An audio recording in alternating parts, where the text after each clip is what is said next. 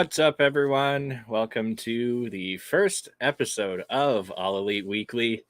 I'm here, Mike Hamley, one of your hosts, and I'm joined by the wonderful Joker, Adam, over here. How are you doing today, Adam? I'm doing good.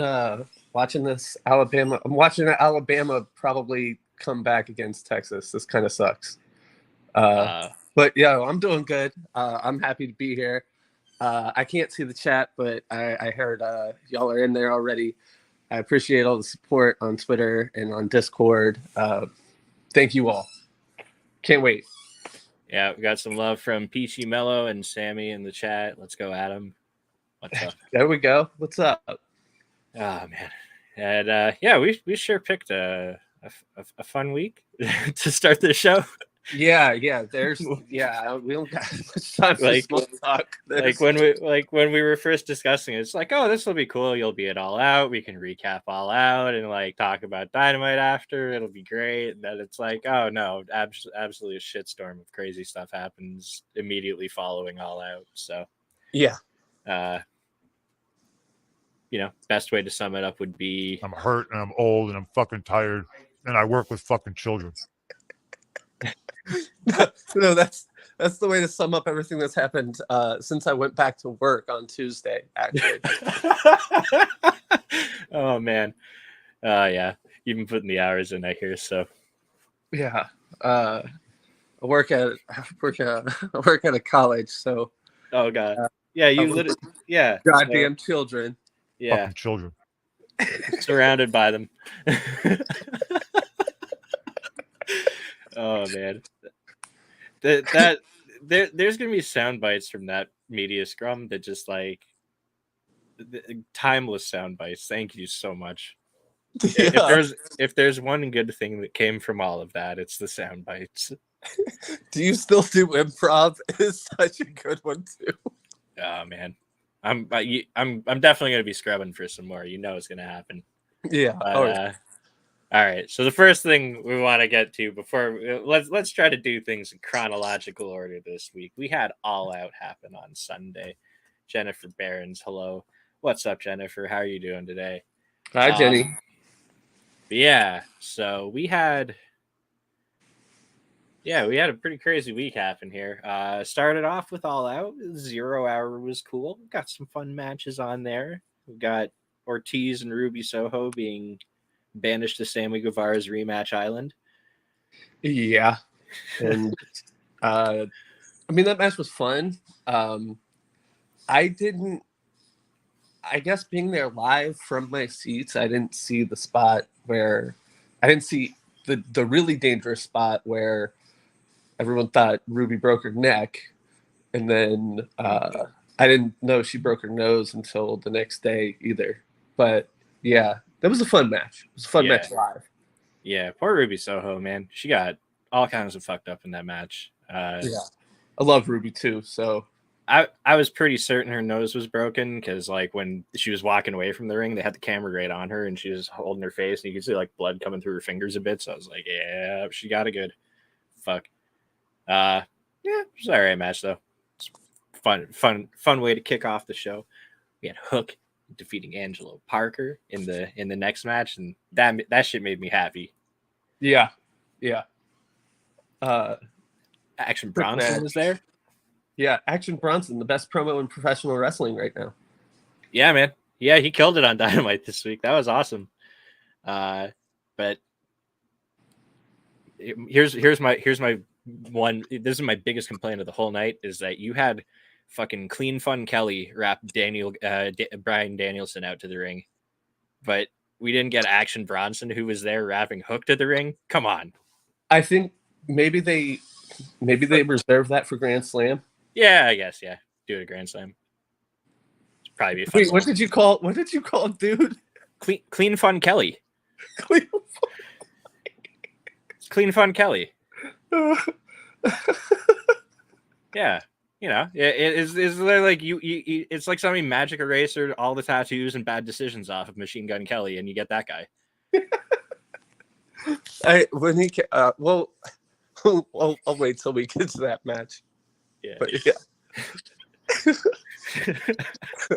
had Kip Sabian making his long-awaited return, box and all. The box lad is back.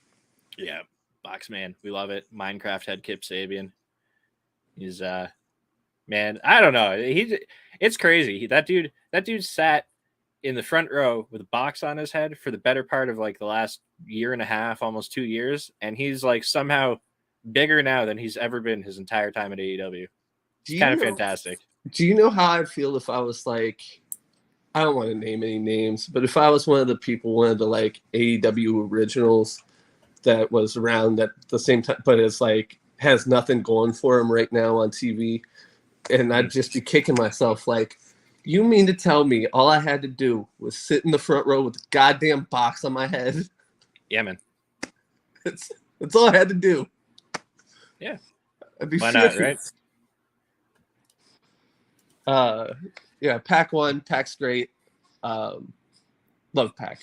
One of the best wrestlers in the world.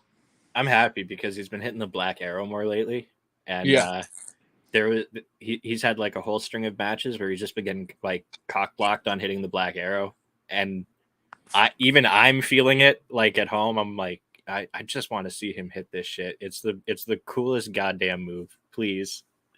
So, when he hit it at Forbidden Door, I was there for that show too. Mm-hmm. When he hit it there, like just the finish of that match, that awesome 4-way, I was going crazy because like watching it live, I still haven't rewatched it. I still haven't rewatched All Out really either, but you could see him. I don't know if the camera was catching it, but you could see him like getting close to the post as I don't remember, Ishii was doing something to Connors, I think, and you could see Pac getting close, and you're like, oh, he's gonna go up there, he's gonna climb, he's gonna hit.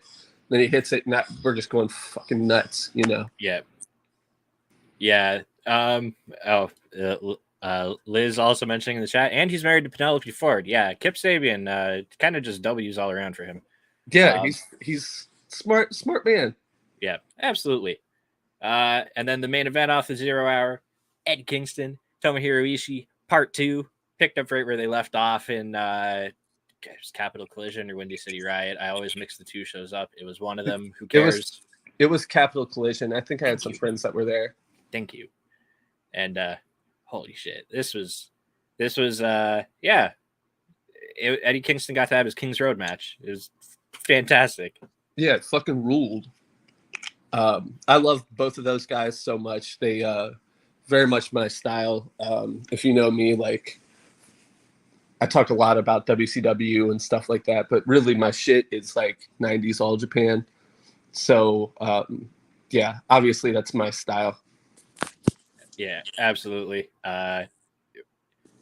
Craig coming in here to say Capital Collision, great live match. Okay, so I'm assuming you might have been in the building for it then? Yes, that's it. Yeah, I was trying to think. I know a couple people from like the DMV type area, and yeah, it was Craig that was there. What up, Craig? Yeah, shout out to Craig and all the homies joining from like Discord, Twitter, everywhere. Thank you, thank you for coming out and supporting us today. Really appreciate it. You could be doing a lot of fun stuff on a Saturday afternoon, so for you to spend a chunk of it with us is much appreciated.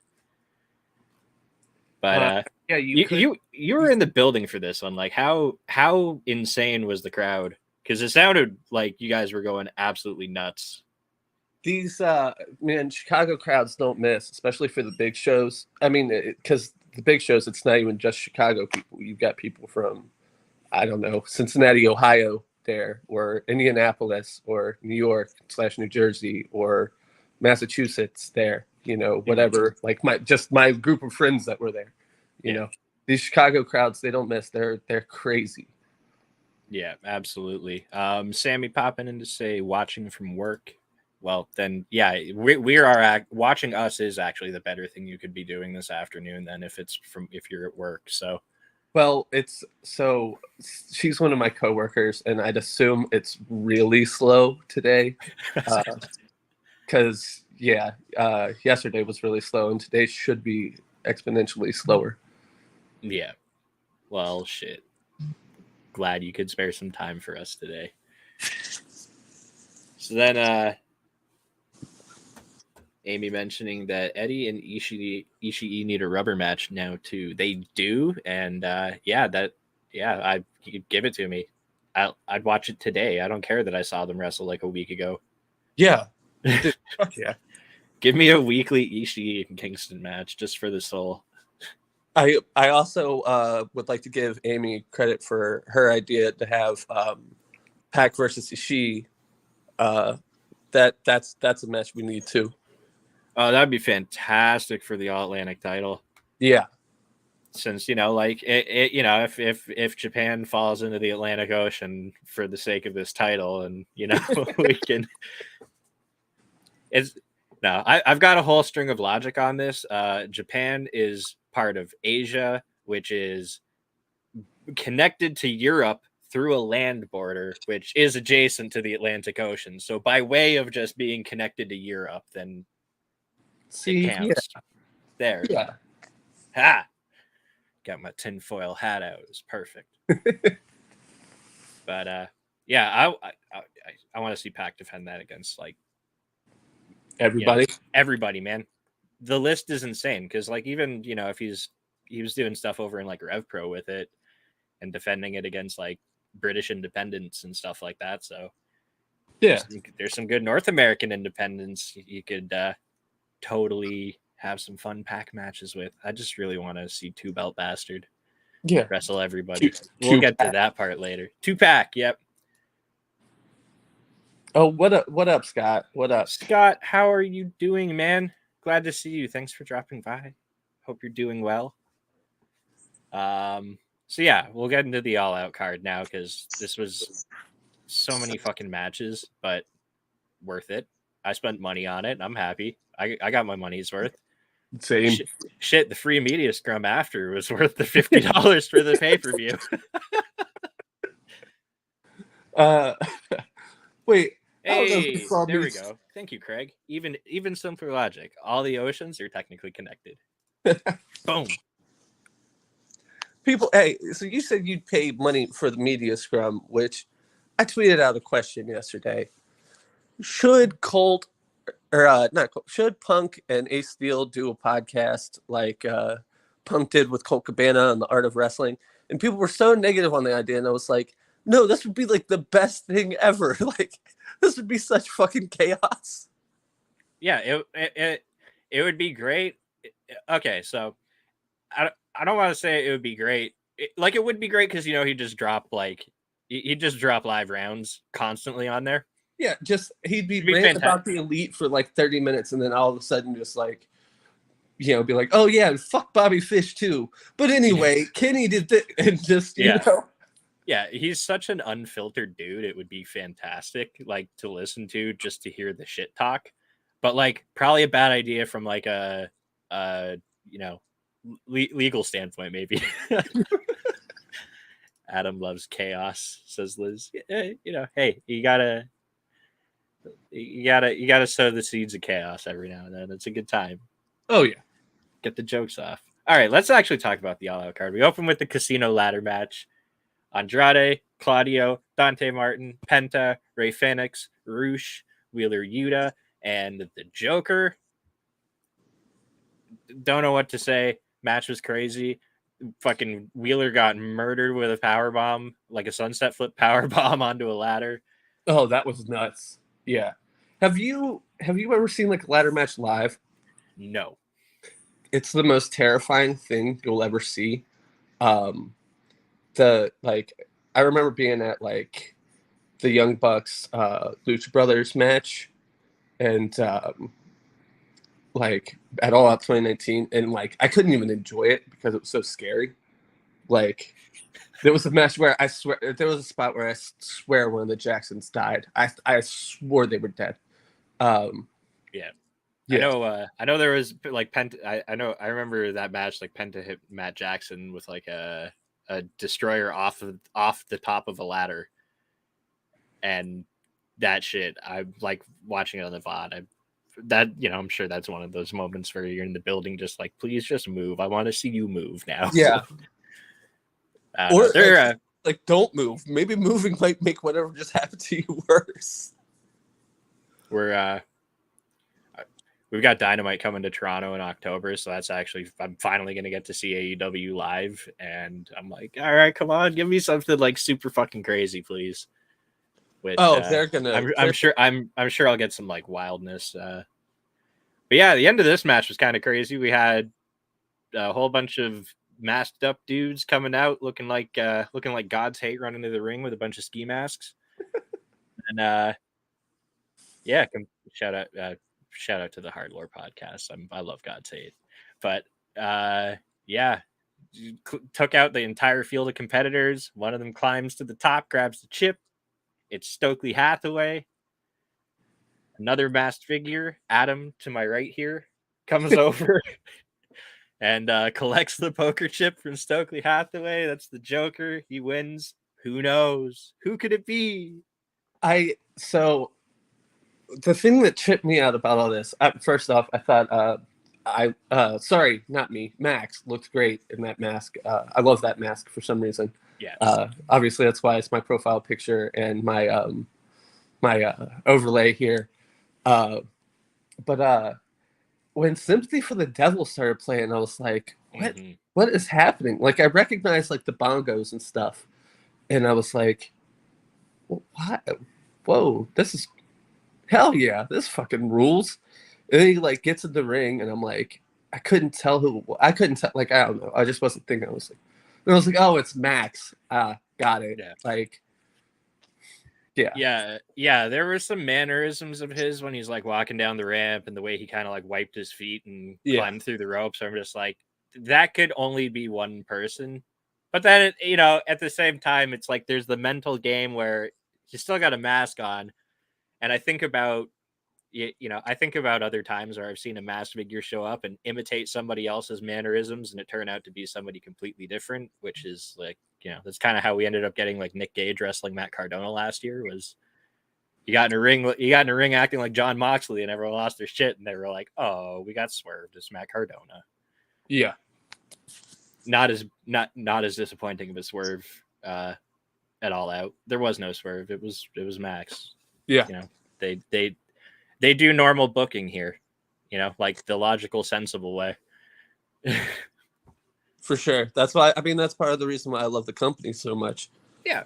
It's what's allowed me as a fan to give them the benefit of the doubt when they do things that make me raise my eyebrow. I'm like, I don't want to be the like, let's see how it plays out guy, but they've invested in, like, they've banked up enough trust with me with the decisions they have made and the way that they have handled things, that when they do things that make me recognize, kind of like make stank face at it.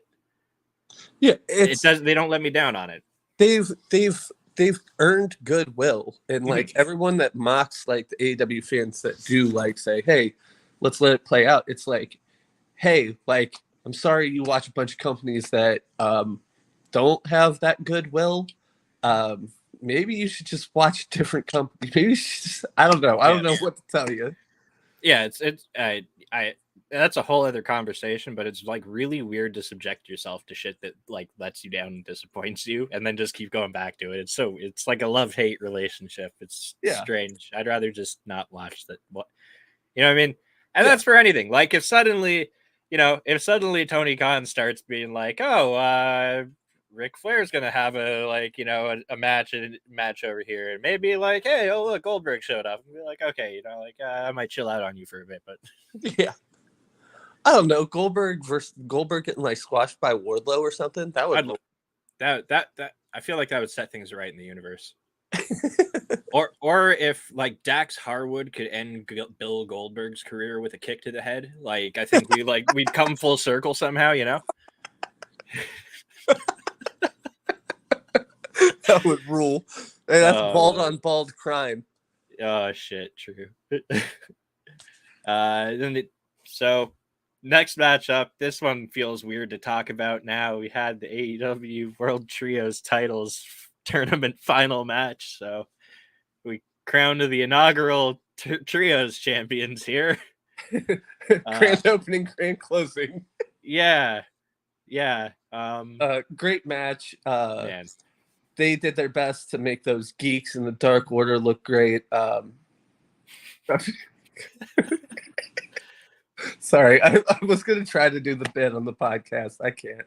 The Dark Order is cool. Hangman's great. The Bucks and Kenny are great. Just a great match live.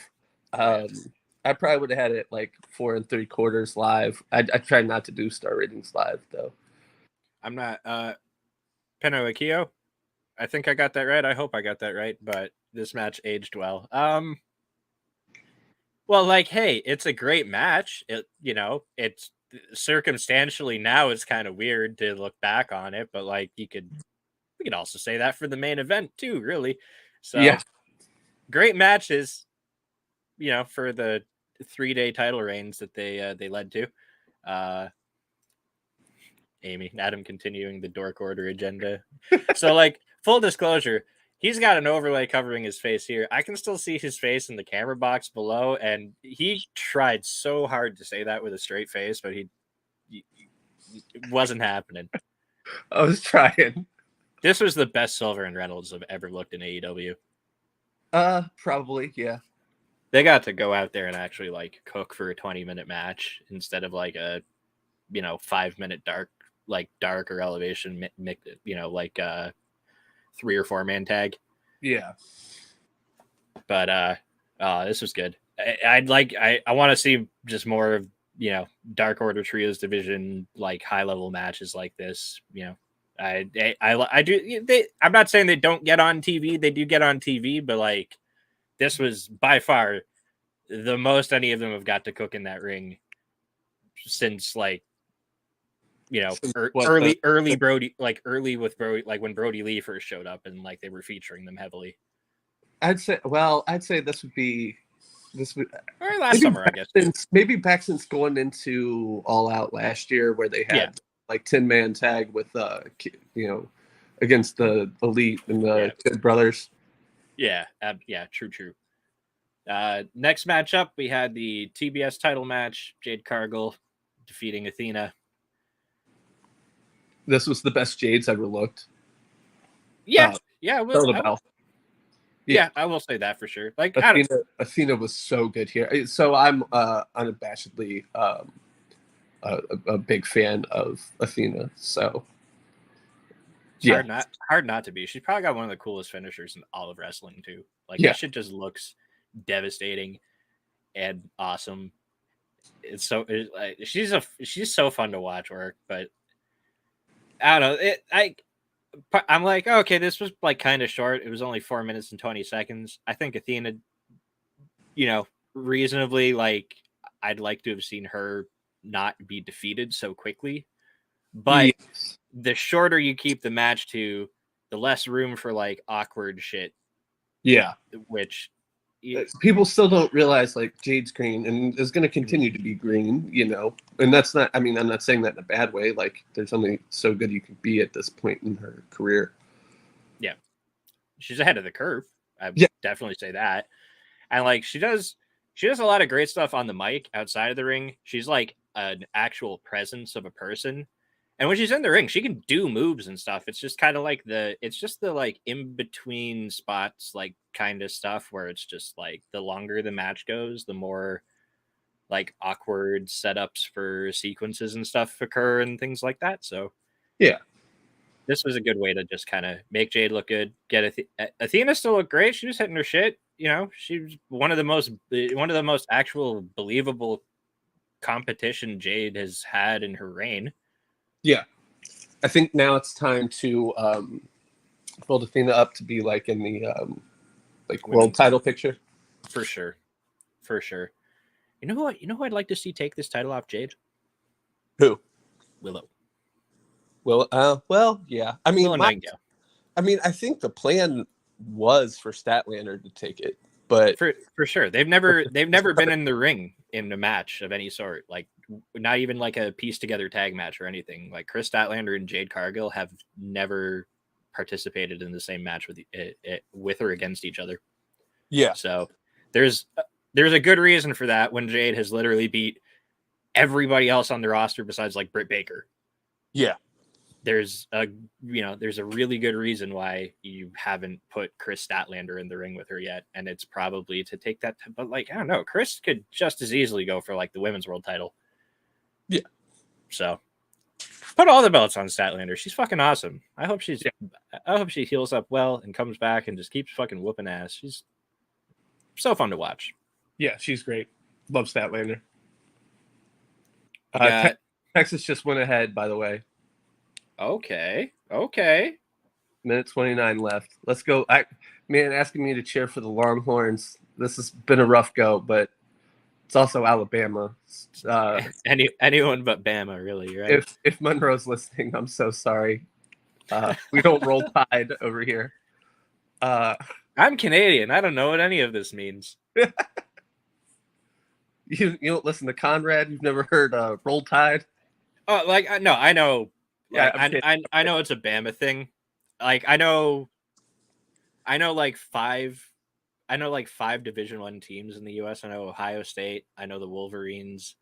I know Bama. I know Clemson, and I know the Seminoles. That's like it.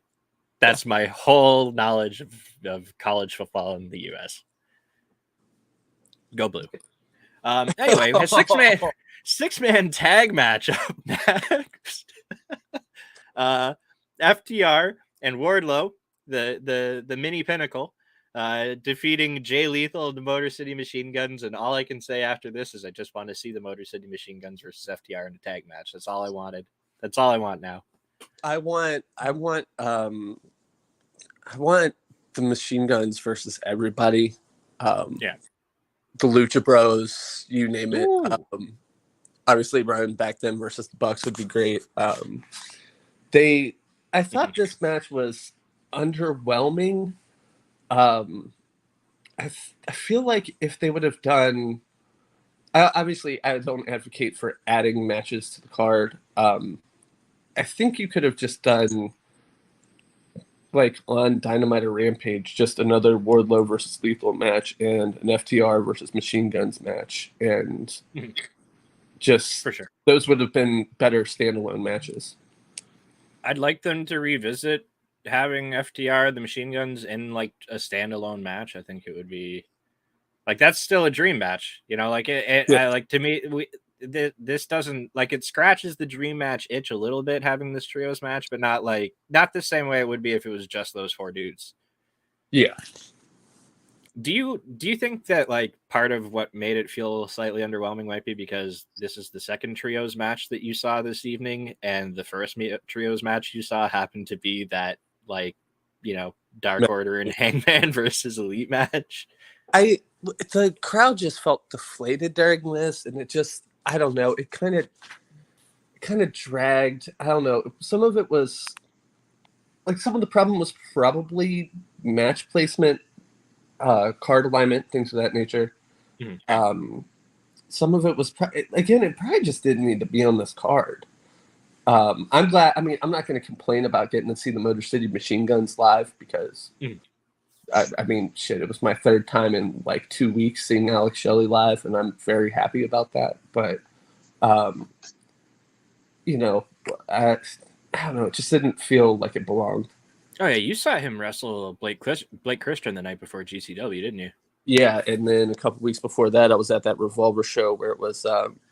oh, yeah, they took out the Rascals. Yeah, and that match fucking ruled. Yeah. That match was great. Absolutely. I gotta watch that one. I still haven't seen that show. I kind of blew my pay-per-view budget on All Out weekend, so I was like, I shouldn't be ordering anything else. But there's a show tonight I want to watch from Mall of America. Oh, that's First Wrestling, isn't it? Yeah, I want to see that show. Rob Van Dam versus Dante Martin. Rob Van Dam versus Dante Martin is the only one that I like know. Oh yeah, I know like some of the wrestlers that are on it. I don't know some like most of the matches. I just know that one. And you got my money right there. I just want to see RVD versus Dante. That's crazy. That's nuts. Next matchup on this though, we had Powerhouse Hobbs defeat Ricky Starks in 5 minutes and 15 seconds because apparently they got all their shit in so efficiently. Yeah, I was kind of surprised by this. I don't know where to go with Starks. I don't Mhm. know where to go with Hobbs either. Well, we kind of got like a, kind of a preview of what he got that little like promo to put himself over on Rampage last night. Yeah, but I meant like who? like who, what? Yeah, true. I mean, him versus my idea is him versus Ward. Like, you build him up for him versus Wardlow for the TNT title, but Ooh, big meaty yep. man, things of that nature. Yeah, absolutely. Yeah, no, I don't know. That's something I'd like to see what they, see who they throw in front of him over the next few weeks. I'm sure he's just gonna like murder his next few opponents before they put him in like a program. But Oh yeah, Full Gear's like right around the corner too, though. So who knows? They could just. and I mean, Grand Slam's right around the corner too. Yeah, absolutely. They don't have a lot announced for that right now, so They have. When's the? I mean, they have a bunch of shows that they're trying to make like big deals. Mm-hmm. Like we talked about the Toronto show. Yeah, that one. Like my only hope for that one is that the Elite are unsuspended, so I can see Kenny Omega in Toronto. That's all I want. If I had to guess, they'll be back by then. It would be see what. And yeah, I guess we'll kind of dip into this real quick, but yeah, with the Elite being suspended, like the thing with that I kind of hope is like maybe that's where you bring Kenny back. I mean, if it were me, like the minute the investigation's up and you can unsuspend whoever and maybe fire whoever, I'd assume I'd bring Kenny back. If that thing ends on a Tuesday, if it ends next Tuesday, this upcoming Tuesday, I'd have Kenny on Dynamite immediately. Yeah, true. I guess the sooner you can bring him back, the better. As a selfish Canadian, just like maybe just hold him off TV for a couple more weeks, and it's like you bring him back in front of his home country. I think Alabama's about to win this. Oh no, that's what I get.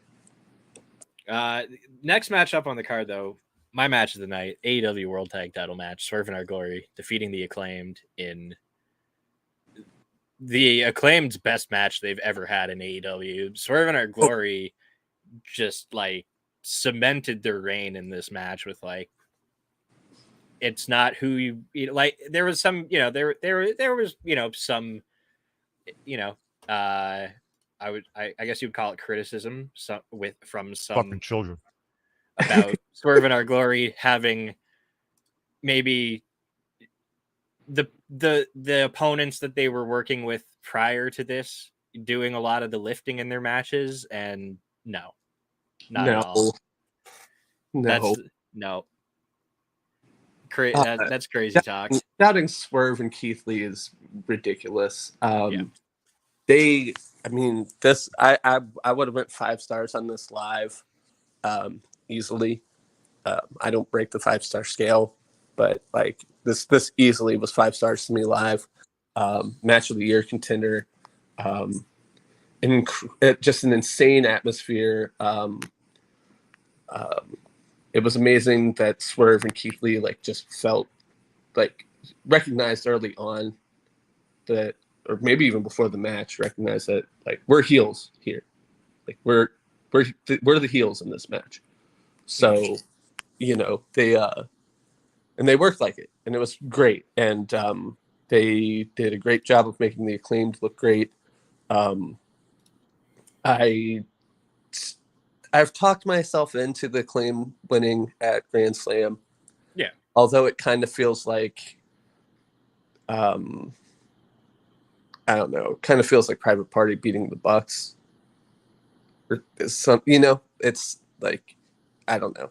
But I've talked myself into it because obviously there's spots at the top of the card available, and a certain heel could be elevated to those spots, and I'm very biased towards this individual, so Oh, just say Swerve, man. Come on. We know who you're talking about. I tweeted earlier. If I told you all how much I love Swerve, one of the responses was Tommy saying, "No, not in the last 45 minutes." Yeah. Someone, pretty much. My buddy Ryan, he made a meme of the Simpsons episode where Homer makes the "everything is okay" alarm, and it just goes off every 3 seconds because everything's okay. But this was my "I love Swerve" alarm. It goes off every 3 seconds if I love Swerve. Jay's lead. Swerve was a fantastic heel in both the All Out match and on Dynamite. Absolutely. Oh yeah. Yeah, and that's part of what goes really well with them not putting the titles on the Acclaimed at All Out. Is you have this rematch coming up in a couple of weeks now. The Acclaimed proved it All Out that they are, like, you can't say that they're not a top level tag team. They're clearly able to have those caliber of matches. Yeah. So they kind of justified the future reasoning of putting the belts on them by the performance they delivered at All Out. And then after all this shit, and we're like, what's Max Caster gonna say this week? Just as he's coming out and doing, yo, listen, you get Swerve cutting him off, and it's like, okay, that just like extra drives the nail into the coffin of Swerve as a heel. And he didn't come out with Keith Lee. He came out alone to interrupt them. There was already a little bit of even some like dirty looks between the two of them to each other after the match. Yeah. At All Out. So this is going to be a whole Grand Slam. We're probably getting Swerve in our glory, imploding, losing the titles. Swerve getting mad at Keith Lee, turning on him maybe then and there in the moment, or shortly after in the coming weeks on Dynamite. And then we're going to get that dope Swerve singles run that everyone's been like, why'd you put him in a tag team right away? When he goes singles, obviously you'll have to do a match with him and Keith at some point. Mm-hmm. But after that, I want Swerve to win the TNT title. There's only one thing I want more than Swerve winning the TNT title, and we'll get to it when we review Dynamite. But you already know. I already know because we'll get there for sure. Next up, though, we had the women's 4-way title match for the interim women's world title. Toni Storm defeating Dr. Britt Baker, Hikaru Shida, and Jamie Hayter. And yay, Toni Storm is the interim women's world champion. But more importantly, yay, they finally pulled the trigger on Britt and Jamie splitting up and going their separate ways. Yes. This match was great. Toni's great. I mean, it's Toni fucking Storm. Yeah. She and like you can already feel like I would have her on TV defending the title a lot. I know that would take away focus from a lot of the other like members of the division, but like her match with Penelope, I'll just get through the review of that real quick since I just watched it. That was like that was just a really good match, and it felt like I was like, okay, this is what I want now from the women's division. This is what I want every week.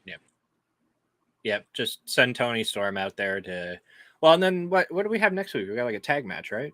Yeah. Toni Storm and Hikaru Shida versus Britt Baker and Deeb. Deeb, yes. Okay. That's a piece together team, I gotta say, by the way. Yeah. Well, Toni had mentioned at the media scrum something about Deeb, correct? Actually, hang on. I got a chat here from Amy. Use the Mox interim reign formula with Toni, and we got a winner. Absolutely. Yes. Interim what's with AEW's interim champions and having the banger reigns, eh?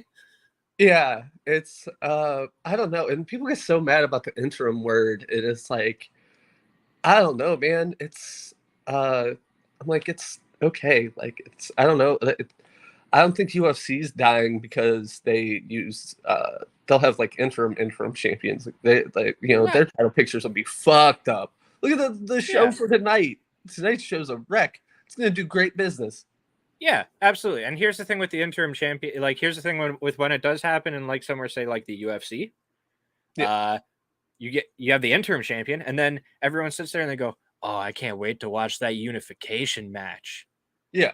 You have instant build to your unification match. It just off of the basis of like, oh, these guys are both super dope, and it's going to be super dope. I don't know how you wouldn't want that. Yeah.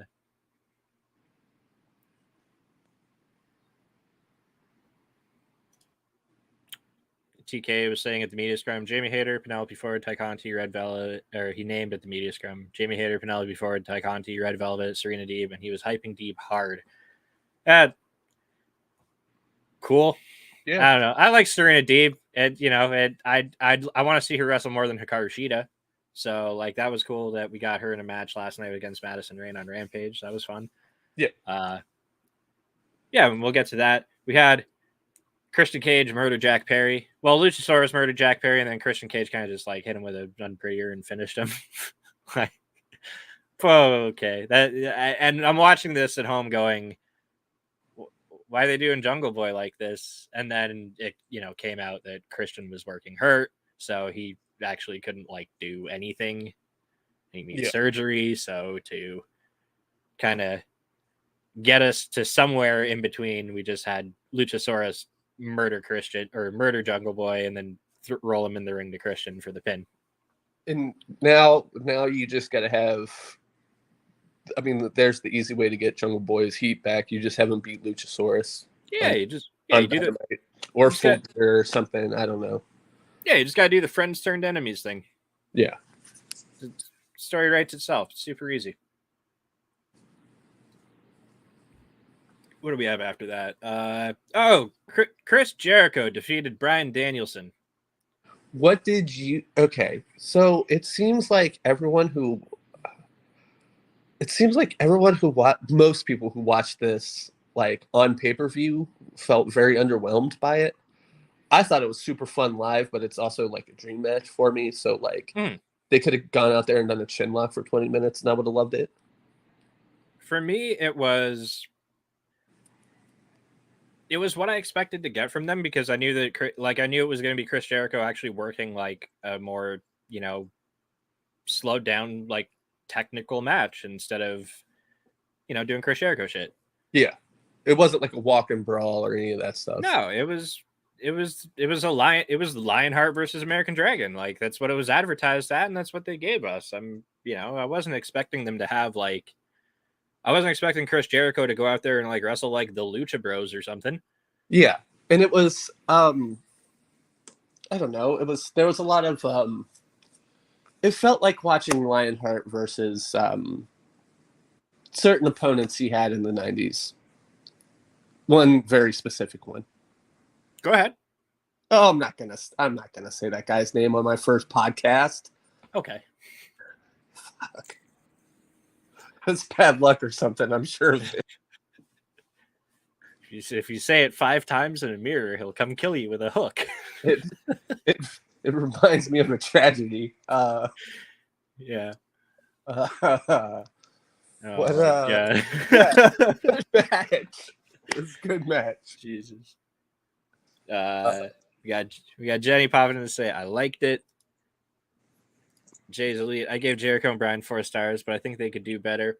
I think they could do better, and I think now, in hindsight, obviously what's happening this week on Dynamite was not the plan, but in hindsight, it actually makes their pay-per-view match kind of be more of like all right, well, now that they have this like world title tournament match coming up with some serious stakes behind it, that's going to probably, make this next, we're going to get like a more exciting follow-up to it now. And the thing is, like, I think you should put a lot into the things Jericho was saying after the match, where he was talking about you've been around each other for all these years and never wrestled, called it all in the ring. Like, these guys there is a level of feeling each other out to a wrestling match. And I know they're going to do better with the next one. For sure. For sure. And then, I liked it though. I was surprised to see Danielson not win it because I don't know, it just seemed like it would be a good move to have Danielson win it. But now again, it's like, we kind of have a good reason to revisit this match now, and well, we'll get to why we want to see Danielson win the rematch. Yeah. Next matchup, what a man, I don't know. I was like, this match is gonna be pretty dope, and it was all right. Sting, Darby Allin, and Miro defeating the House of Black. Knowing that this, might be the last time Malachi Black wrestles in an AEW ring, I would take a fight out of the equation. I would. Yeah, but like, damn, man, AEW for a very long time at the very least. Probably. Yeah. Yeah. Like in hindsight now, I'm bummed out that this was his last match because like there is so many matches on the table for him that I would have loved to see. But I don't know. They all look good. They got their shit off. Everyone did their shit. Sting no sold stuff. It was fun. Yeah, as long as you get Sting no selling, it's fine. Yeah. 5 stars. 5 stars. Yeah. Yeah. That's a future AEW World Champion Sting. Got it's the NTWF inside joke hour. It is. More people will come to know these inside jokes as they watch the show, but yeah, there do be some. Yeah, there's. I'll try to sprinkle them in so they're not so blatant, but yeah. And then got to the main event of the show. Outside of the tag match, this was my favorite match of the night. CM Punk defeating Jon Moxley to win the undisputed AEW World title because this was a title unification match. And hey, wasn't it a great match? It was. It was such a fun match. It was. I'd say it was probably Punk's second best match in AEW, unless I'm missing something. Maybe I don't know. It'd be up there with like the Revolution match with Max, the Full Gear match with Eddie, and then this. I mean, I'd say those are the top 3 for me. They said it was so good for like 5 minutes. I don't know. I think it was good for the whole 19 minutes and 57 seconds that it lasted. I was into it. The finish kind of killed me because I obviously for those that don't know, I'm from Cincinnati, Ohio. I am a huge Jon Moxley fan because of that. Well, I mean, it's not like I'm just like a fan of everyone from Cincinnati or anything, but like it's Moxley. He fucking rules, and he's from Cincinnati. Yeah. Yeah, it's like how every time Ethan Page cuts a promo, I'm like, I don't feel so bad about living in Hamilton right now. And then I don't see him on TV for 6 more months. But I mean, hopefully putting him with that stable, he'll be on more. Yeah, okay. And again, for all of the children complaining about this, like, that's a good stable of dudes. I'm sorry. Yeah, I mean, it's Stokely Hathaway. It could be, dude, but I don't think. I think a lot of the people complaining about it aren't familiar with Stokely Hathaway's game. Mm-hmm. Yeah, and also like put some respect on Ethan Page's name. Come on now. Yeah, but back to CM Punk versus Jon Moxley. I know you hated the finish, the visual of the finish with Moxley getting GTS'd and then bouncing off the ropes and slumping over Punk, who's just like kneeling in the ring, and then Punk hoisting him up for that final one was. Yeah.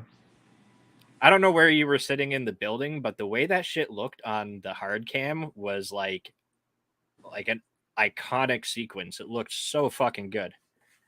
That was some. I mean, I liked it. I mean, it's not that I hated like the wrestling aspect of it, like the moves or whatever. I just hated Moxley losing. And in hindsight, like Moxley doing, oh my god, and yeah, looking back on it, first clean job to a guy that's probably out of the company, and at the very best isn't going to wrestle again for 6 to 8 months. Mm-hmm. That's That sucks. Yeah, it's the hindsight on this match. So now we're done with the card. Let's get we finished with the 5 hour 0 hour, and let's talk about the actual the pay-per-view that aired on YouTube for free.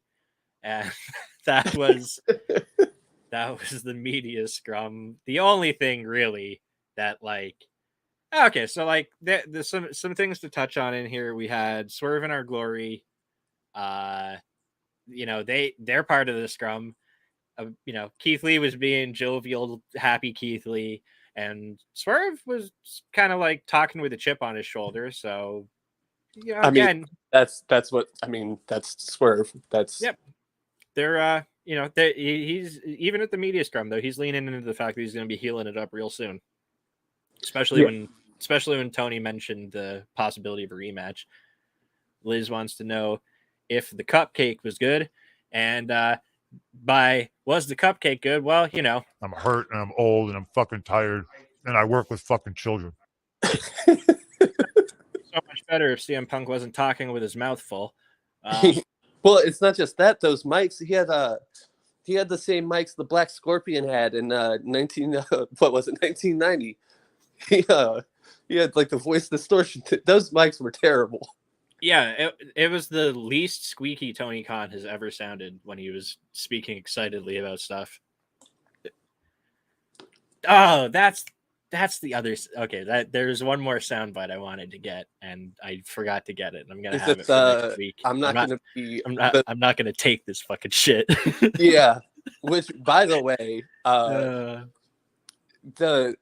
dude, he's clearly pissed off about the tampering stuff, and the tampering stuff's clearly happening. And I think it's fucked up that if the tampering thing's happening, maybe I don't know, the tampering thing's happening, and then you have guys allegedly sending feelers out to WWE, and it's okay, hopefully this gets litigated soon, because fuck this. Tony Khan should sue the fuck out of these people. Yeah, that is a crime, as far as I know. It is. I don't know. I don't know too much about the American system, but it sounds kind of criminal. Contract tampering. It's definitely not smiled upon. But yeah, so media scrum was crazy. CM Punk basically buried everyone in their fucking dog, and then proceeded to get in an altercation with the elite, and pretty much like every coach in AEW, and then also we find out MJF was somehow there as a neutral party as well. Did you? The more information that comes out about this, it just gets crazier and crazier and crazier.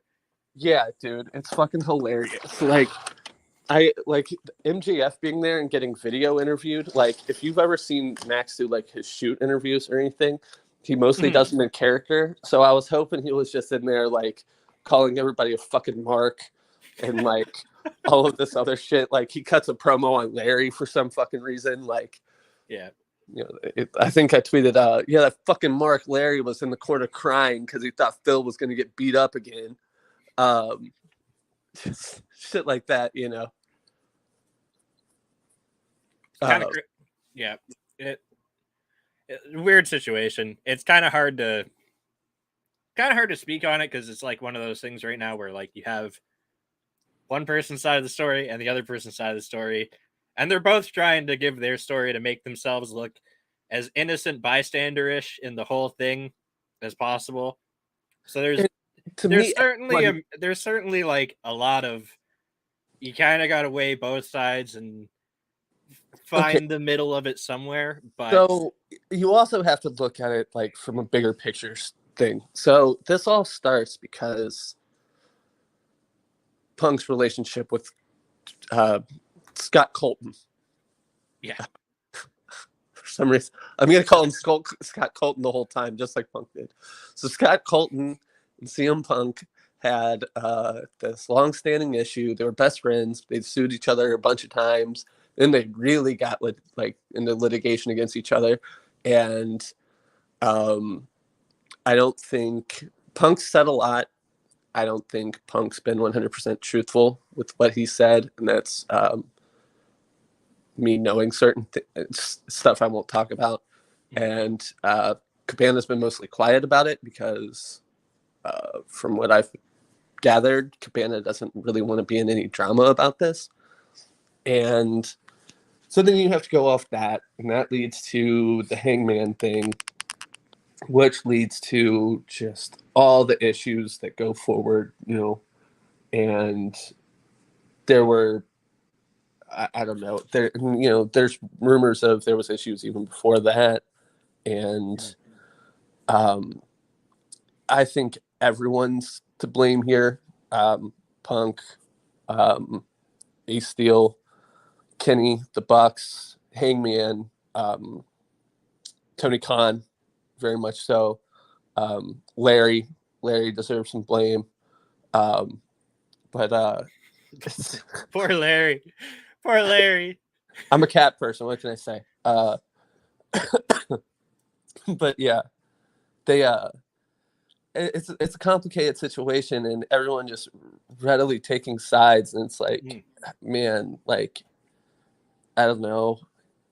Everyone, even like when you are taking sides, you're taking sides off like based off parts of these stories, and we don't know the whole story. So it's just, I don't know. The discourses around it has been absolutely wretched. I think, I don't know. I think they got to do something quick, though. I hope this investigation gets wrapped up soon. There is an independent investigation, and yeah, they need to wrap this up soon. Yeah, absolutely. Especially because everyone's just acting like a bunch Fucking of children about the whole thing. I'm sorry. I'm gonna abuse the fact that I have the ability to do this. I'm so glad you do. I'll think of other drops we need to. Oh yeah, for sure. My DMs for the next week are gonna be Adam going, get a soundbite of this. Yeah. Yeah, it's a whole fucking thing. So at this point, the best thing anyone can do is just, I don't want to again be like just let's see how it all plays out, but like that's all any of us can do is like, let's just see how it plays out and enjoy what other stuff we have in the wrestling world in the meantime. Like, there was a lot of worry for me this week of like, I kind of explained this in a Twitter space earlier this week, but like coming into Dynamite on Wednesday, I was like, I'm going to be watching the show like this. And then by like 20 minutes into the episode, I'm like, I'm watching the show like this. Yeah. Because it was also shout out to my lovely Tony Deppen shirt, my favorite wrestler. But yeah, that's my thing. Like, everyone's so fucking worried, and it's like, okay, if the ratings are still good and we're still getting great shows, like, yeah, keep bitching about your favorite wrestler and how you think he's buried or whatever, but like, dude, leave us alone, because I just want to watch good TV. I have my 3 little hours of the week where I want to watch wrestling, and if anything else on that is a bonus. If I go watch Dragon Gate after this, which I am, it's gonna be like, I'm just hanging out, having fun. But like I don't know, it's just annoying watching some of the discourse about AEW lately. But anyway, let's get into Dynamite. Okay, yeah. So crazy episode of Dynamite this week. We got Tony Khan opening the show, announcing that he's vacated the AEW World Title and the AEW Trios titles. Real quick, we got Bob popping into the chat. What is up, Bob? Hope you're having a good day. Hey, Bob. Hashtag Bob Games. Yes. But yeah, so Tony Khan announces that the AEW World Title and Trios titles are vacant. Vacant, not interims. Vacant. And that on Dynamite, like this past Wednesday, the Trios titles would be decided in a match between Death Triangle and Best Friends, which was already scheduled to happen, but now it just has the stakes of the Trios titles added to it. And then also the World Title is going to be decided via a World Championship tournament, culminating with the finals at Grand Slam. So, I want to point out that this tournament is called the Tournament of Champions. True. So yes, it's not the tournament of the top. It's not the tournament of rankings. It's the tournament of accomplishment. Yes. So all of you idiots that had the why isn't Hobbs in the fucking tournament? He's not. He was never a champion in this company. Okay. Hey man. Hey. They're not idiots. They're Fucking children. That too. Even if they're adults, they're fucking children. But yeah, so this one had a pretty crazy bracket. We have Chris Jericho and Jon Moxley with buys. Or did I get this right? Yeah, no, I didn't get this right. Yeah, no, that's right. Yeah, no, Chris Jericho and I'm not looking at the graphics, so I'm trying to do this off of memory, and I spoke a lot of weed. I got you. So Jericho and Moxley getting a bye. The winner of the Danielson versus Page match will get a shot at we'll get Jericho, and the winner of last night's match between Sammy and Darbs gets Moxley. So, and then the winners of those two matches next week will face each other at Grand Slam for the undisputed world title. All right, MF West, you know what? Since you brought it up, we're going to rip the Band-Aid off, and the Church of Dragon is now in session. Bryan Danielson has one less world title than Jericho in 9 less years. Let's make sure he's tied up at the end of this tournament. Yes! Dragon be with you. I need... Oh, man. To all my brothers and sisters in Dragon, we need Dragon to win this tournament, even if it's just him winning the belt, having a few defenses, and then losing to Max at Full Gear. We need this for the Church of Dragon. I need you all to be brushing up on the Book of Dragon. I need you guys to be praying frequently for this title win. Yeah. Dragon absolutely. bless. Craig, yours and Dragon, and yours and Dragon to you. MFS, and may he be with you as well. Yes, yes. I'll pray. I'll praise the church. I'll praise to the Dragon. Yes. This concludes the first service of the Church of Dragon. Thank you for attending. This we might have to make this a weekly segment, even if he's not on Dynamite. Oh no, we will. Huh? I think. Oh yeah, we will for sure. Next week, maybe next week we'll change your overlay to that nefarious Bryan Danielson. That the meme picture. Oh yeah. Yeah, maybe I'll make that your overlay next week. Why not? But yeah, so this Dynamite, absolutely insane. Opened up with the Death Triangle versus Best Friends World Trios titles match. I swear to God, Excalibur's booking the trios division, because every match in this entire tournament and then this match here on Dynamite was just some straight up PWG shit. Yeah, and it fucking rules. I need these trios matches every week. It absolutely sucks that the best trio, the team that this division would be built around, is currently suspended, but they'll be back, hopefully. And it's there's knowing that the Bucks are going to get to do this, the Elite, really, when they all come back, they're going to get to do the stake of claim at, hey, those trios titles should be ours. We never lost them. What better matchup to give them than the Lucha Bros? Because this is just one man's opinion. It's my opinion, but specifically the Elite, especially really specifically Kenny and the Young Bucks, not Cody and Hangman, but specifically the Elite and the Buck, or Kenny and the Bucks versus Pac and the Lucha Bros, has been the best rivalry in all of AEW. Oh yeah, for sure, hands down, the best match series. I think somebody said that Hangman and Danielson is the best trilogy of matches in AEW in a space the other day, or in a tweet the other day.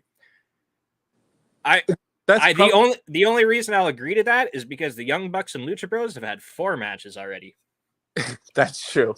I think the Young Bucks and the Lucha Bros is the best tag team rivalry ever. It's fantastic. Yeah, and I think when Death Triangle lost early in the tournament, I kind of was like, they're probably going to be the first rivals for the Elite. So I think And I think like what was Liz's comment there? Punk isn't seeing the gates. Kenny's appearance on Swerve's podcast is postponed because of what happened. Oh, we riot. We riot.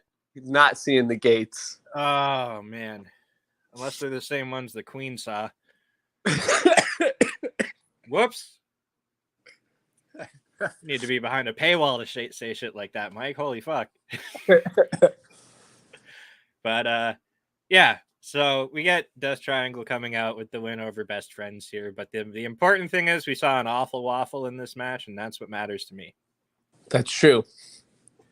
I have a homie who prays for it every time he sees Chuck Taylor in a ring. He's just like, if he hits the awful waffle, I don't care what happens. I just need to see the awful waffle. Same, Bever. Same. Great match. Good comedy mixed in. The right team won. That's all I can say, I guess. Absolutely. And like, hey, I get that there's a sense of like, when's Best Friends gonna win anything? And you've still got that fire brewing between Orange Cassidy and Pac. You could have Pac refuse to wrestle Orange Cassidy for as long as he wants to, but I think that Orange Cassidy would be a cool person to actually beat Pac for that All-Atlantic title in the future. It's like, I don't know. It's this weird thing from like this past generation where they've watched how, the past 20 or so years of WWE and everyone wins something to the point where the titles are just participation trophies. Not everybody has. Dark Order's been like a foundational element of AEW since day one, and they haven't won shit. Yeah. And if you go back and watch like any other period of wrestling, there's guys that don't win anything significant, like that are over. Like, I don't know, like Roddy Piper never won anything really significant outside of the Intercontinental title for that little stretch. Arn Anderson had like mid-card title runs, but it's like you don't look at his career right now and say like, well, it sucked because he never was world champion. Yeah. And like the thing is Orange Cassidy hurting for it? Like, do you think that people aren't going to cheer when they hear Jane hit in the arena still? Yeah. Just because he's been losing some matches? No, the guy's like infinitely over. He'll be fine. And when he does lose, he looks fantastic in the loss anyway. So he also has wins over Chris Jericho. Mm-hmm. Yep. And like, it's Chris Jericho. He is like for me, like I just because of watching, like even going back to like one of his best matches in all of AEW is he lost a world title triple threat match. Yeah. And how good he looked in that match gives like, I will always have the belief that Orange Cassidy can beat anybody on the right night. He lost to Will Ospreay.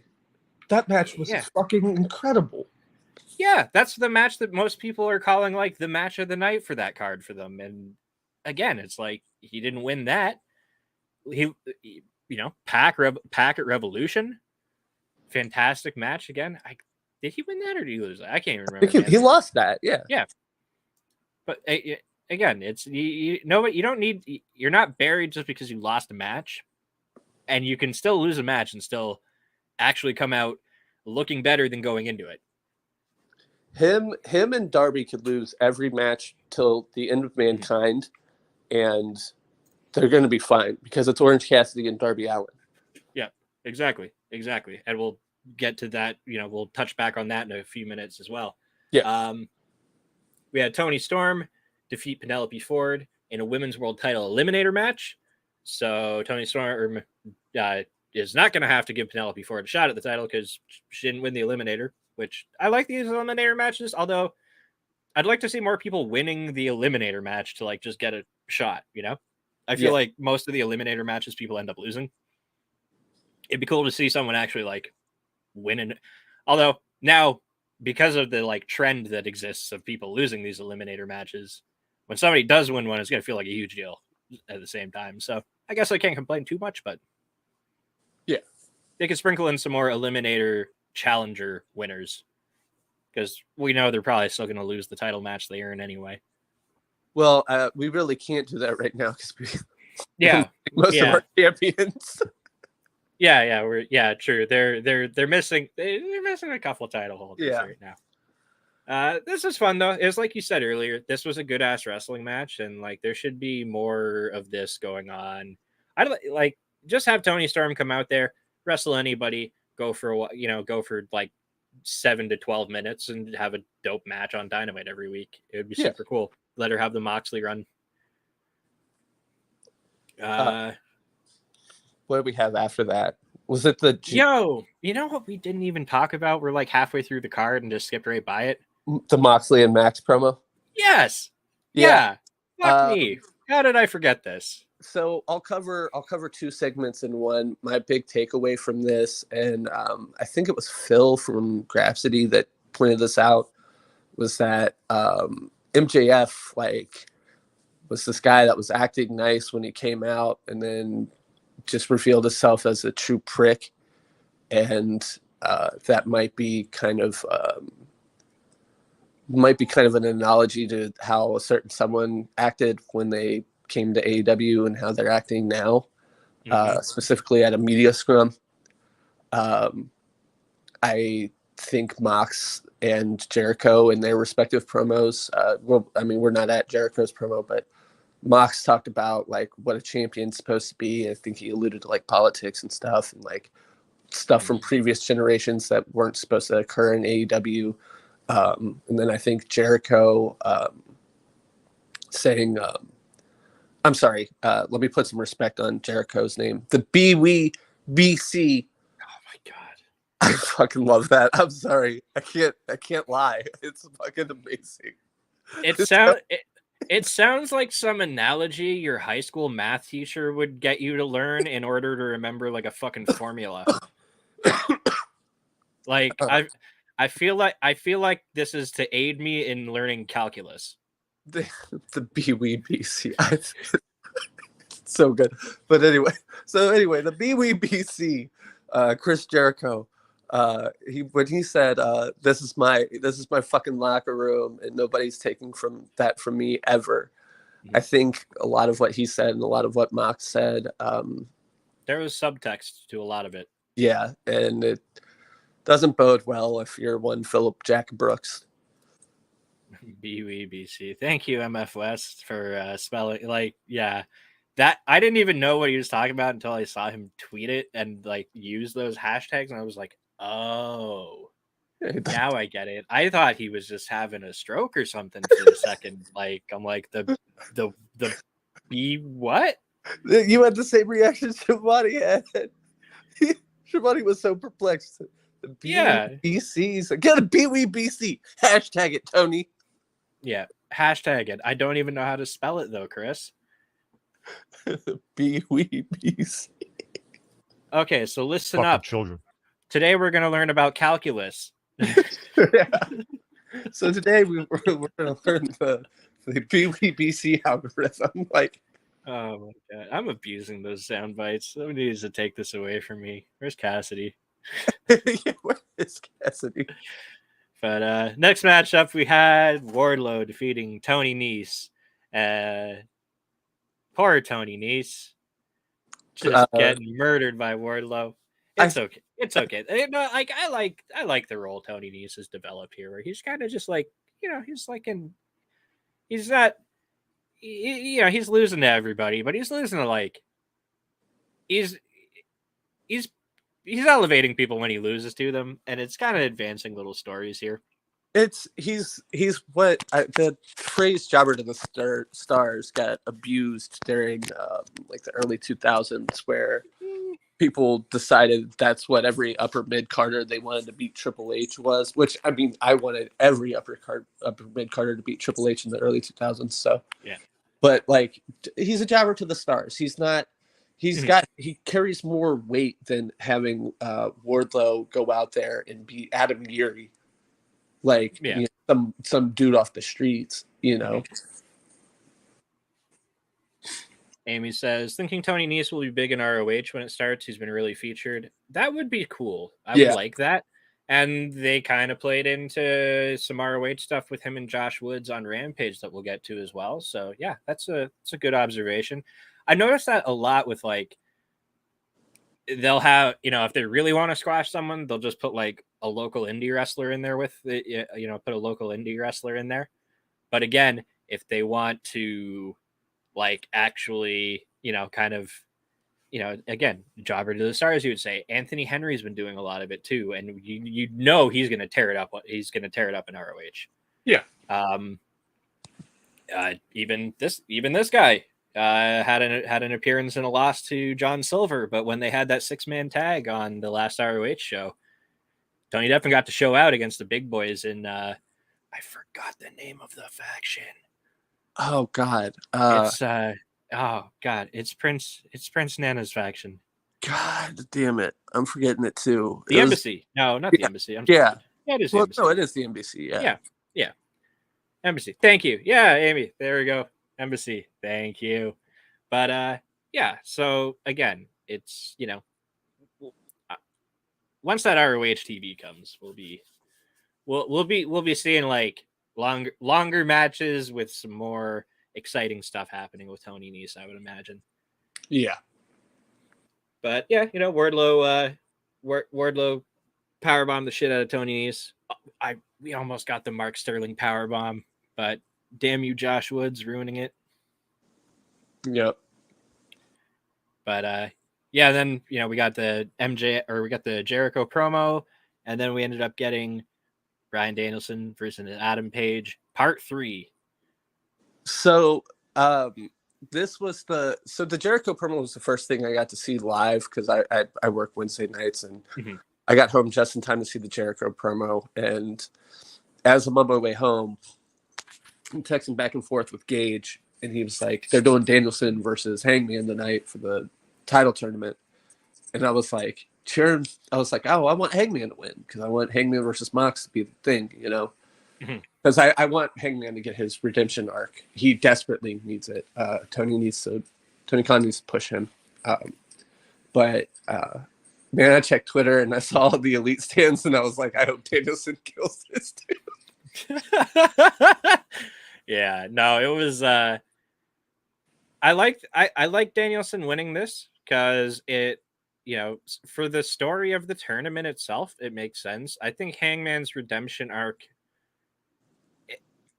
I do think he'll have another, run at the top, but I think putting some more people up at the top is before we get there is a good way to go. Like with MJF and having that chip, I'm sure is going to lead to a successful cash in of the chip. Yeah. So, and that's something that before a Hangman's second reign or anything like that, I think that, getting MJF up there with the world title is actually a priority to that. Yeah. But these guys, I go back to Eddie Kingston and Tomohiro Ishii. Like, I'd watch them wrestle once a week. I'd watch Hangman and Bryan Danielson have a match once a week too. Like, they've done it 3 times, and I'd watch them do it 3 times more before the year's out. I don't care. Yeah. Oh, hell yeah. Daniel, what's there to be said? They're 2 of the best wrestlers in the world. I can't eat. How much time we got to praise Dragon? No, but MF West, Hangman is the guy for the next decade. Bryan is the guy of the past decade. Use what you have while you have it. # Dragon for champ. In Dragon we trust. Yes. Yeah. Yeah. No. Hey, if you want to say some stuff, say some stuff. We got as much time as you want to talk for. Oh no, I love Danielson, and he's my favorite wrestler ever. I can't make that any more clear. I love him. He was great in this match. The O'Connor roll as the finish, great stuff. Because that doesn't he got lucky and beat Hangman after having a 60-minute draw with him and then losing to him. He finally got lucky on this one. Dragon. Yeah. That's yeah. all. And he is still kind of like with the roll up finish, it is kind of nice because we are still kind of looking for the, like Danielson's one day he has to get that like decisive win over Hangman. Yeah. We can go back to this well too, which like, please, let's go back to this well. Let's keep drinking from the Hangman versus Danielson water. But then we close the show out. ROH pure title match. Daniel Garcia, the hometown Buffalo boy, getting wrapped at the ring by West Side Gun. They finally did something with West Side Gun. It makes sense, like, because he's been at a lot of shows. Yeah. And it's like, they got to use him at some point. Like, they put him on camera all the time. Yeah. But, like, waiting until they were in Buffalo and make it, like, a big fucking deal. Yeah, with the Buffalo, like, the literal Buffalo kid. Like, yeah. That made all the sense in the world to me. Daniel Garcia defeats Wheeler Yuta. He's the new ROH Pure Champion. What can you say about this match? It was a technical showcase. It was fucking beautiful. It was great wrestling. It was the entrance was great. The match was great. The aftermatch, the stuff with Dragon was great, and Jericho being so perplexed. Just great stuff all around. 100%. The post match was great. Like you said, Danielson coming out to shake Daniel Garcia's hand. Wheeler Yuta kind of like, giving Danielson a bit of a shove, but I'm sure it was just the frustration of losing his title. And yeah, I don't think that's, hey, maybe we get some seeds planted. Who knows? But Jericho's just standing on the entrance ramp like, what are you doing, Danny? Why are you shaking Dragon's hand? We got Launchpad with a question in the chat. MJF cashing in at Arthur Ashe or Full Gear? A few months of Blackpool Combat versus MJF and Stokely's new crew could be good. I don't want him to like cash in, like a Money in the Bank cash in. Yeah, I'd rather him like cash in, like whoever wins the tournament at Grand Slam, challenge them for Full Gear. Yeah, and because Full Gear's in New York, and he can do it's in New Jersey, but y'all know what I mean. Yeah, I'd rather him do that, and he wins. He beats I don't know, Bryan Danielson clean for the belt in front of his hometown crowd. Yeah. We got Chob 316 in here. Having that Yuta Garcia match headline felt like a hell of a statement. You have so many people in the company that can just slide into the main event spot and steal the show. Absolutely. That's probably the best thing AEW has going for it, is the fact that you have literally a roster of talent that, again, like, you have main eventers. Just your whole roster is people who could essentially main event a show at some point, or one day or another on a given day. They did this whole show. They just gave us one of the best Dynamites, like just this all-time great Dynamite and a very good Rampage. Yeah. Without Punk, Kenny, or the Bucks. They couldn't even mention those guys. They couldn't show. They had to edit all types of clips of MJF coming back to get Punk out of the picture. They gave us all this 3 great hours without any of those dudes. Yep. Not even mentioning it either. Launchpad says Garcia versus Jericho at Arthur Ashe, I figure. Yeah. Well, it would make sense because Jericho's not going to be wrestling in the finals of that tournament because he's going to lose to Bryan Danielson next week on Dynamite. Yes. I love the BC, but he's I got to take the God over him. Sorry. Let's get through this short 3-match Rampage real quick, and we'll preview it. We'll talk about next week. So we had Sammy Guevara defeat Darby Allin. This one was a coin flip for me. I get that, you have BCC versus JAS on both sides of the bracket now in the semifinals. So cool. I kind of figured that's what would happen. I wouldn't have minded seeing Darby versus Mox either, but also Darby doesn't need the wins. It's like what we were talking about with Orange Cassidy. Yeah. He looks good even in defeat. He's kind of bulletproof in terms of his spot, so to speak.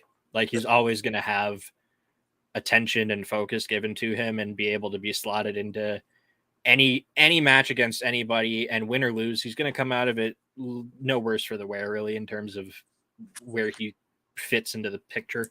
And even if he beat Sammy, he probably was just going to end up losing to Moxley or Danielson anyway. So it's like, I don't know, people just don't understand how tournaments work, where it's like someone's got to lose at some point. So fuck it, Yeah. Matt, you know. Amy says Sammy's gear was hysterical. He looked like a disco oil slick, and well, better to look like a disco oil slick than a WCW mid Carter. That's fuck it. Yeah.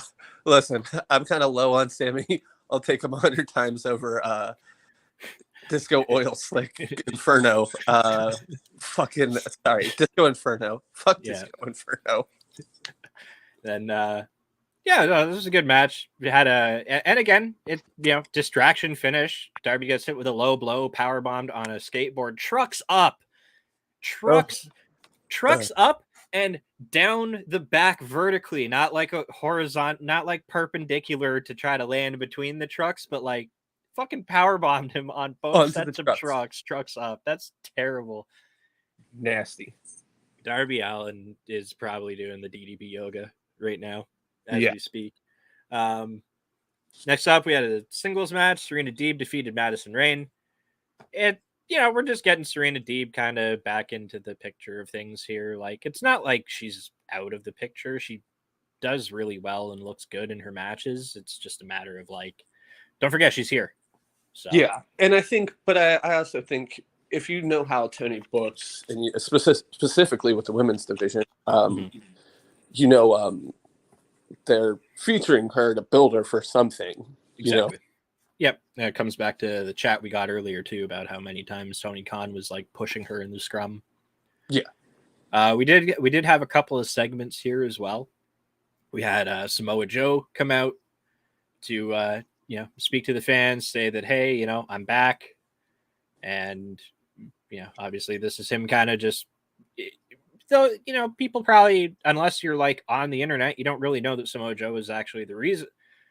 Again, so we've had a fair amount of fucking children complaining about Samoa Joe's activity over the last like few weeks or months of there not being much of it. And the reason is because the man was literally like filming for a show. Yeah. So if you're not like on the internet or using Google and you just screaming questions into the void about why is he getting booked, that's why. Wait, if you're on the internet enough to be stupid under one of my tweets, you're on the internet enough to have read reports from, I don't know, bodyslam.net, the website. Like, what the fuck? Come on. Yeah, he's been busy. He's been doing some shit. But he came out to let the fans know he's back now. So we should, I'll expect to see some more Samoa Joe. And his first challenger for the TV title appears to be Josh Woods, which I think this is I like it. Like, there's probably, if you're not familiar with ROH, you might be going like, who's Josh Woods? But they did a really good job in this segment of explaining Josh Woods is a former ROH Pure Champion. He is a national champion, actual wrestler. And, he's a credible threat to Samoa Joe. And he's been doing the work to earn a shot. So he's going to be Samoa Joe's next challenger. Josh Woods also Tony Nese's tag team partner and like stablemate under Smart Mark Sterling. So going back to the Tony Nese doing some stuff in ROH, I would say that, this is his tag team partner challenging for the ROH TV title should help solidify that, Tony Nese is probably going to get busy in ROH too. Yeah. I don't know. What do you think of Josh Woods versus Samoa Joe? We're getting that on the Rampage next week. Big meaty men bumping meat. Let's go. I love Samoa Joe. I got his autograph around here somewhere. Love Samoa Joe. Glad he's back. Yeah. And I'm glad that they didn't just like reboot Jay Lethal with him or something. We're getting like, I'm happy we're getting Samoa Joe getting different opponents now, because there's again like so many matchups on the table for Joe.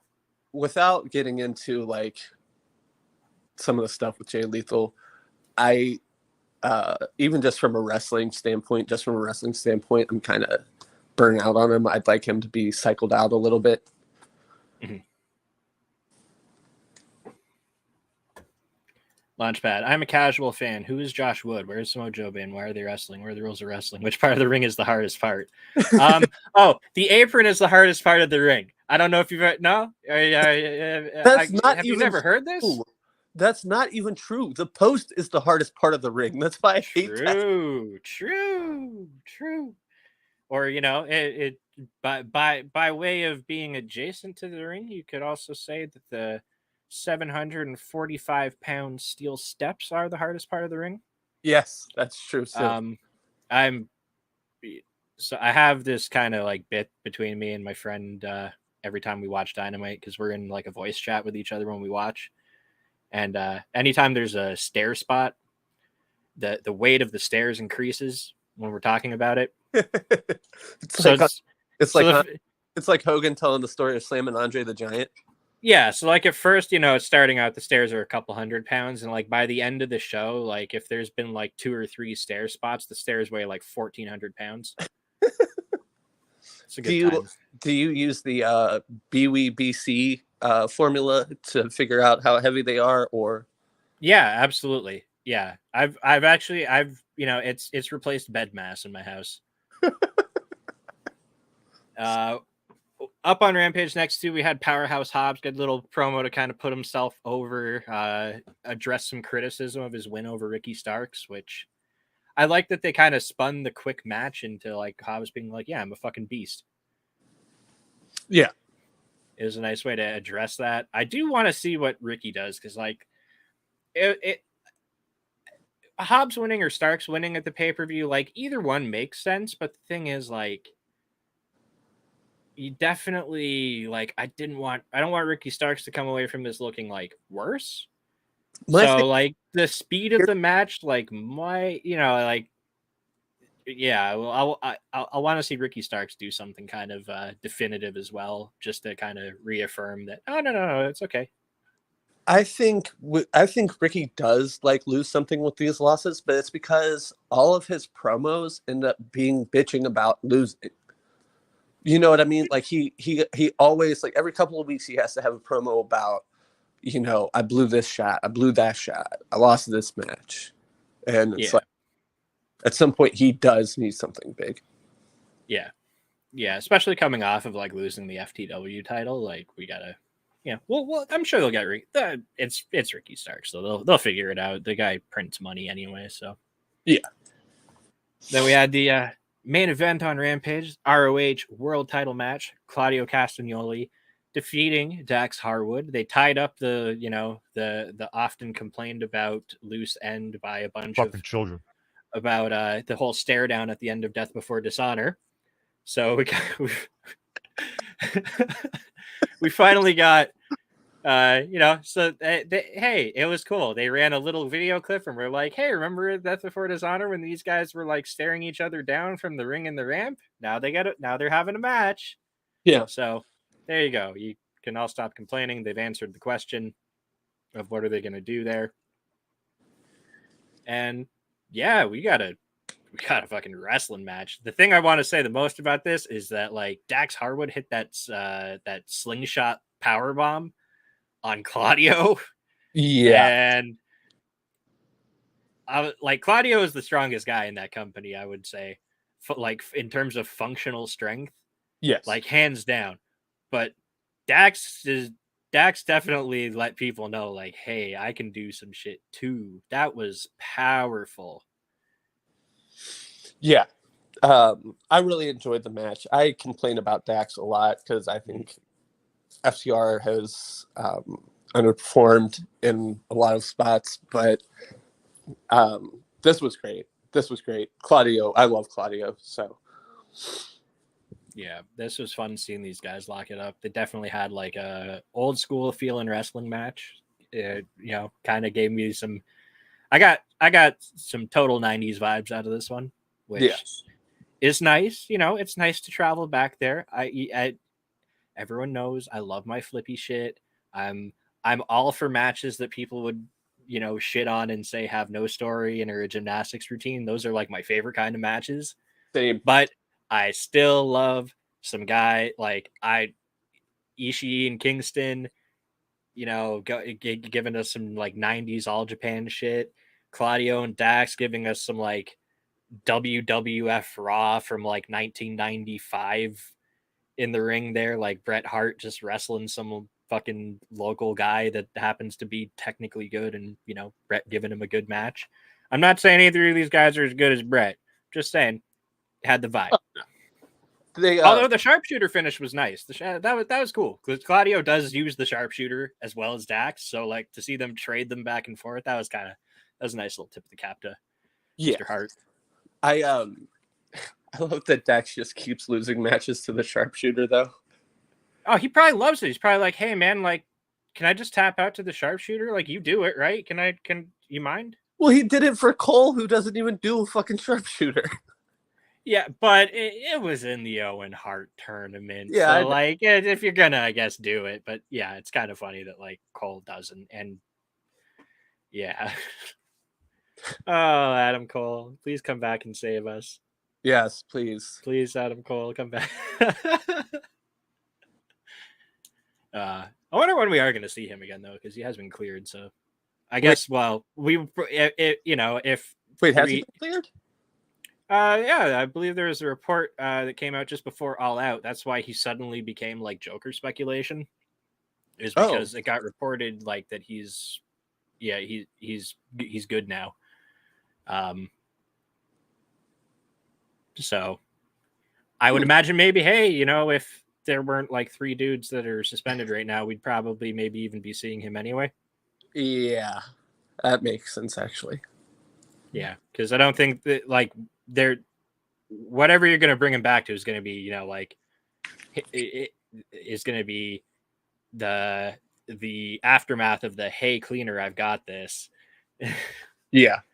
And then, hey, you fucking super kicked and choked out my friends in the ring. You did not clearly have this. I also wonder what to do with Adam Cole with Kyle O'Reilly injured and Bobby Fish working for UPS. Oh my god. Wow. I gotta delete the VOD. That's fucking evidence of a murder right there. Jesus. Yeah, no, it's a good question though, but like, yeah, you just slot him in there with some like, him and Kenny shit of you fucked over the Young Bucks probably. Yeah. I don't know. We'll find out. Probably not next week. No. Hopefully soon. Hopefully, yeah. Hopefully by the time they come to Toronto. I think that's a lock. I think even Dave said like the investigation shouldn't take long. And I mean, given like some of the things I've been told, I'd assume it's not going to take long. I'll say that. Yeah. But looking ahead to next week, we got Dynamite. So they're in Albany, New York next week, keeping that little New York loop leading up to Grand Slam going. And we've got 3 matches announced so far. Jon Moxley versus Sammy Guevara in the Tournament of Champions. On the other side of the bracket, we've got the American Dragon, Bryan Danielson, taking on Lionheart Chris Jericho in an all-out rematch.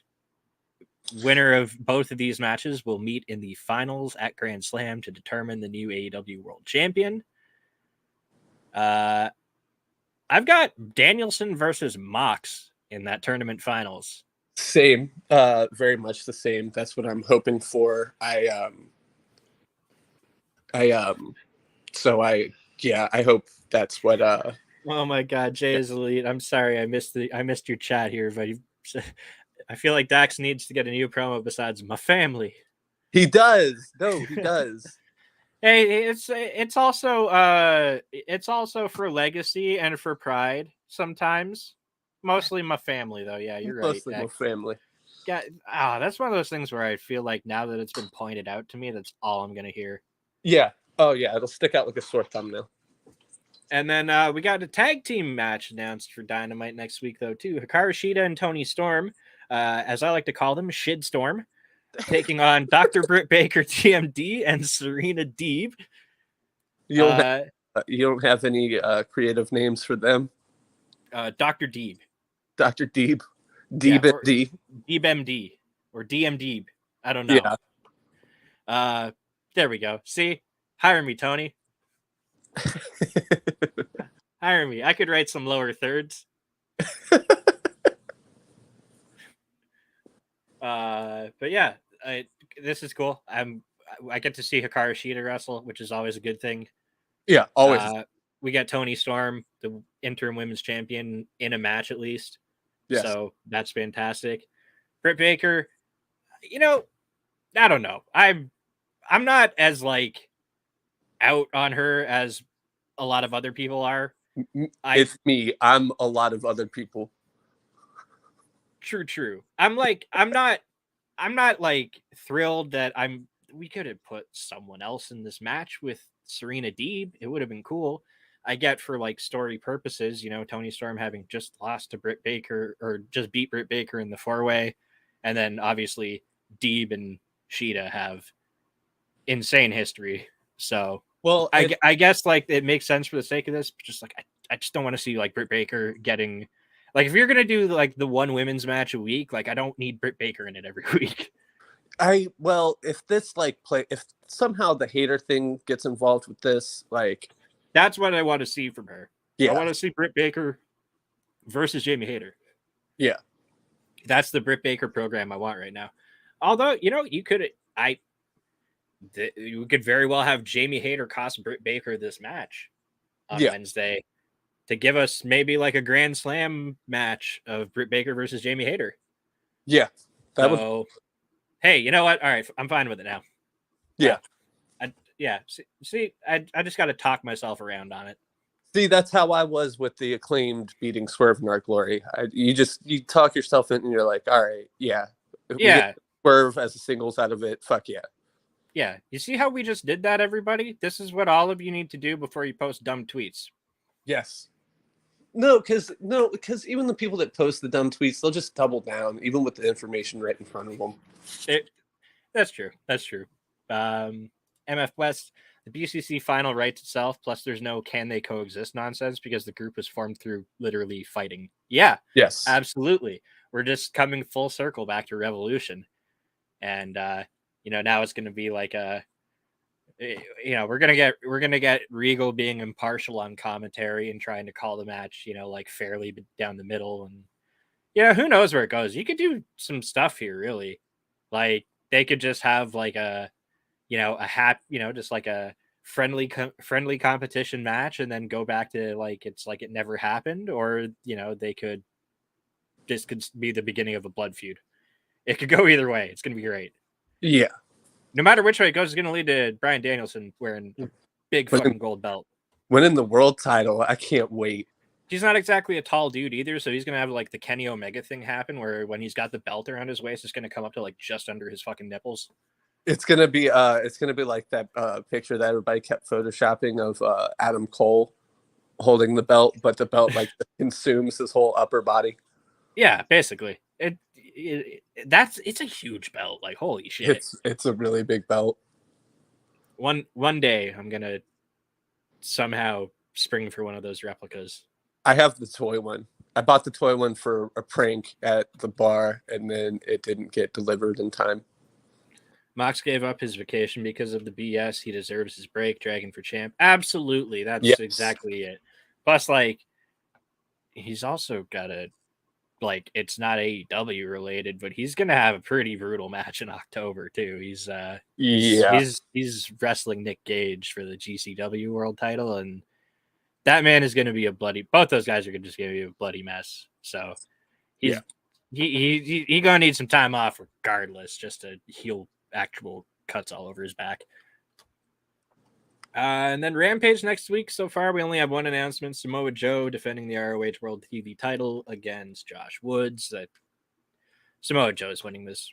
Yes. Like the Josh Woods is going to look great. Samoa Joe is going to win. Oh, yeah. But, that's So that's what we have coming up next week. That's been a pretty wild week. I'm honestly impressed that we managed to talk about this in as short of a time as we did. I mean, we were targeting an hour and a half, basically, but like, not every week is going to have a 15-match pay-per-view and then the craziest fucking story in company history immediately after. So, yeah. Thanks for sticking with us, guys. Yeah, we appreciate it.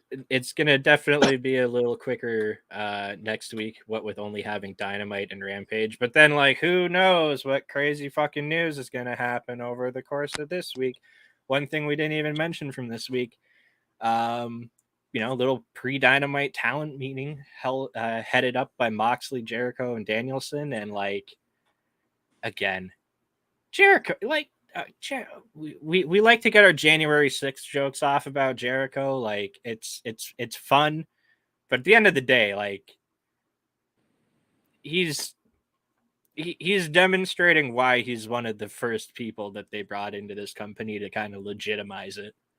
He's also the first top star that's re-signed. So, like, this guy clearly cares about this company. And also, your January 6th jokes are played out, everybody.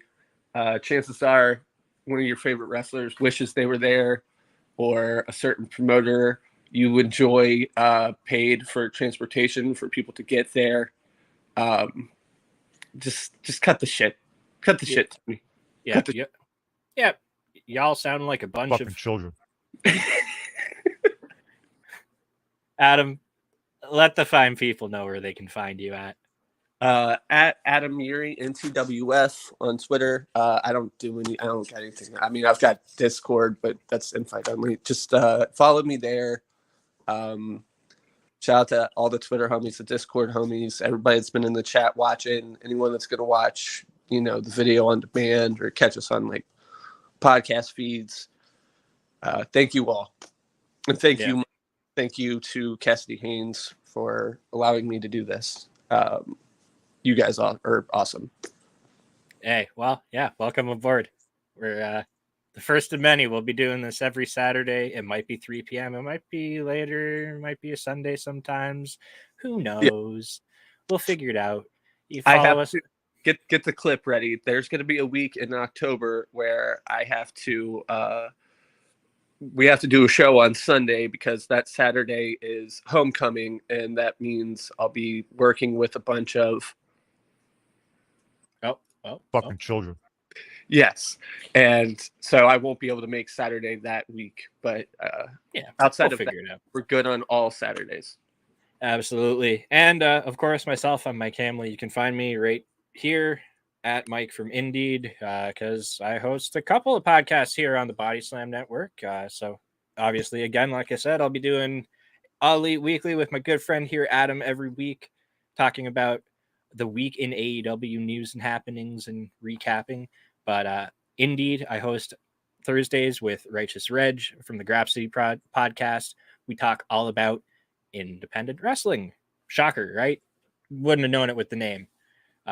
So look out for that. And then also with our very own wonderful owner, Cassidy Haynes, I do a podcast with him called Game Changer Weekly, where we speak specifically about everyone's favorite wrestling promotion, Game Changer Wrestling.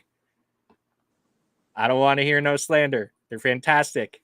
Oh, but, their last show. I'm not one of these GCW slanderers. We've talked about that. Just give me good wrestling. I don't care. Like, I don't know. I like GCW. That show was great, by the way. The Art of War Games show. Yeah, they had a dope weekend. Cass and I have to get an episode out about that next week for sure. But yeah, and then all of our Body Slam socials right here: Facebook, Twitter, Twitch, Body Slam Net, YouTube, Body Slam Net Pro Wrestling. Please like the video. Please subscribe. Thank you again for spending this time with us on a Saturday.